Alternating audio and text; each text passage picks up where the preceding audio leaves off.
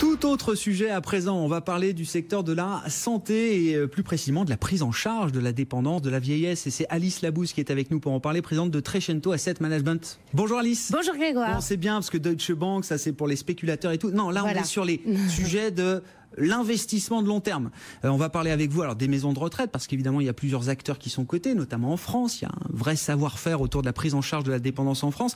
À l'occasion aujourd'hui alors du plan qui doit être annoncé par le ministre de la Santé Agnès Buzyn, qui a été annoncé hier, exactement, voilà. De la feuille de route. Ouais. En fait, le constat, alors on parle du marché français puisqu'on parle notamment de cette réforme, mais le constat est simple. En France aujourd'hui, on a à peu près 1,5 million de personnes qui ont plus de 85 ans, et on estime qu'en 2050, on aura 4,8 milliards de personnes qui auront plus de 85 ans.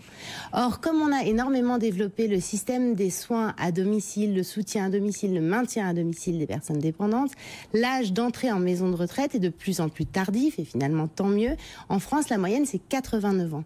Ce qui veut dire qu'en réalité, les maisons de retraite doivent être de plus en plus médicalisées parce que les gens, lorsqu'ils arrivent, sont évidemment dans une situation de grande dépendance. Alors, il y a évidemment des inquiétudes fortes. Il y a eu des grèves, je sais pas si dans vous avez les vu, EHPAD, bien sûr. dans les EHPAD en janvier, en mars de cette année, parce que effectivement, ils ont l'impression, et ça semble véritablement réel, il y a un très grand écart entre les ressources alloués et les besoins nécessaires justement au suivi de ce type de personnes dépendantes. Et il y a même de grandes difficultés pour les aides-soignants qui ont le sentiment de ne pas avoir le temps de s'occuper correctement de ces personnes-là. Et puis, il y a un peu une crise des vocations en la matière, parce que comme il y a eu un certain nombre de scandales, effectivement, c'est dur de trouver de nouvelles personnes qui viennent dans les EHPAD apporter un peu d'énergie et de soutien. Donc c'est une vraie problématique de société, c'est une problématique pour nous tous, pour tous les Français, bien entendu.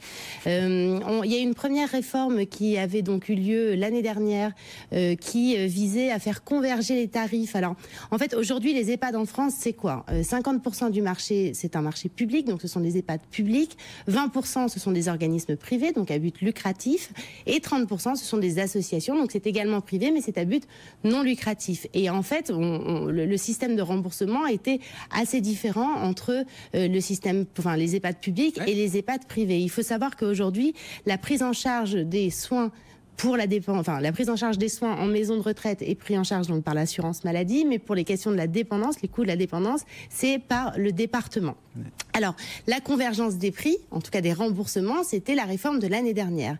Il y a eu un rapport qui est sorti il y a un mois, c'est pour ça qu'on en parle aussi beaucoup, par monsieur Ricordo, qui estime que un quart des EHPAD sont les grandes perdantes de cette convergence tarifaire. Des tarifs, ouais. Exactement, et notamment les EHPAD publics. Parce qu'en fait, il faut comprendre qu'en fait, c'est pas les mêmes statuts. Les EHPAD publics et les EHPAD privés ont pas la même flexibilité. Dans les EHPAD publics, vous avez des fonctionnaires, donc vous pouvez pas avoir la même souplesse dans le travail, dans l'organisation du travail que dans les établissements privés.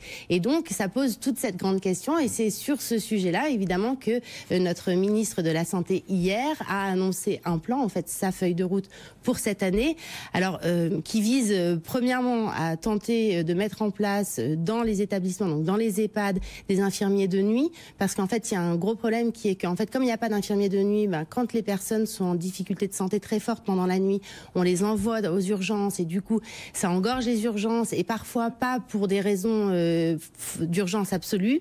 Donc déjà, premier sujet, c'est ça. Ensuite, elle va poser 360 millions d'euros supplémentaires sur la table entre 2019 et 2021, en sachant qu'il y avait déjà 80 millions d'euros qui étaient alloués pour 2018 par l'État, donc c'est quand même assez significatif. L'idée, c'est évidemment de recruter encore plus d'aides-soignants pour qu'il y ait plus de gens, et puis développer évidemment la télémédecine aussi, parce que ça devrait aussi améliorer le quotidien des patients.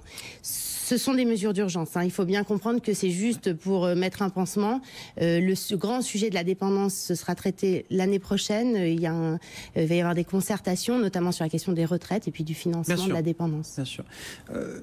Dans ce contexte-là que vous avez parfaitement décrit, avec effectivement cette distinction et cette fracture même qui existe entre les EHPAD publics et les EHPAD privés, les opérateurs privés, sont ceux qui sont cotés. Enfin, les Orpea, les Corian qu'on connaît. Quelle réponse est-ce qu'ils arrivent, eux, à apporter, justement, quand les EHPAD publics n'y arrivent pas aujourd'hui, pour les raisons... Vous voulez dire en matière de qualité de soins ou en matière de formation, de prix, voilà, enfin, la réponse des opérateurs privés aux sujets qui sont posés aujourd'hui par...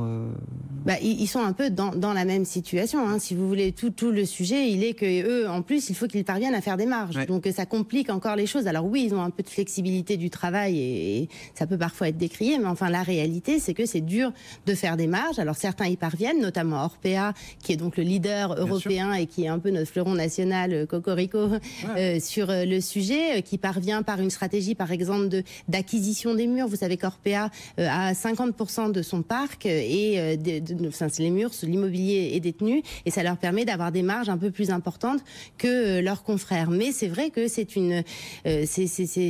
un grand sujet sociétal et les acteurs privés comme publics se rencontrent de grandes difficultés. Bon, que peut-on dire? Alors, Orpea, Corian, il y a d'autres dossiers qui vous intéressent dans ce secteur de la prise en charge, enfin des maisons de retraite, hein, pour dire les choses simplement, qui ne sont pas d'ailleurs forcément que des acteurs français, je crois. Non, hein, même tout à fait. On a nos fleurons nationaux, il y en a d'autres aussi à regarder. Exactement. Alors, il y a un petit qu'il faut citer en France, enfin petit, pas si petit que ça, mais il y a le Noblage. Le Noblage, pardon. Le Noblage aussi, oui, qui, alors eux, sont exclusivement franco-français, détiennent aucun mur, on appelle ça asset light. C'est un autre mode de fonctionnement. Alors après, à l'étranger, il y a évidemment les Nordiques. Alors nous, on a beaucoup étudié le sujet des Nordiques. Il y a de grosses réticences politico-culturelles en Suède, en Norvège et en Finlande, parce qu'en fait, en théorie, ce sont plutôt les municipalités qui sont chargées de gérer les questions de la dépendance, donc de mettre en place des établissements et des maisons de retraite.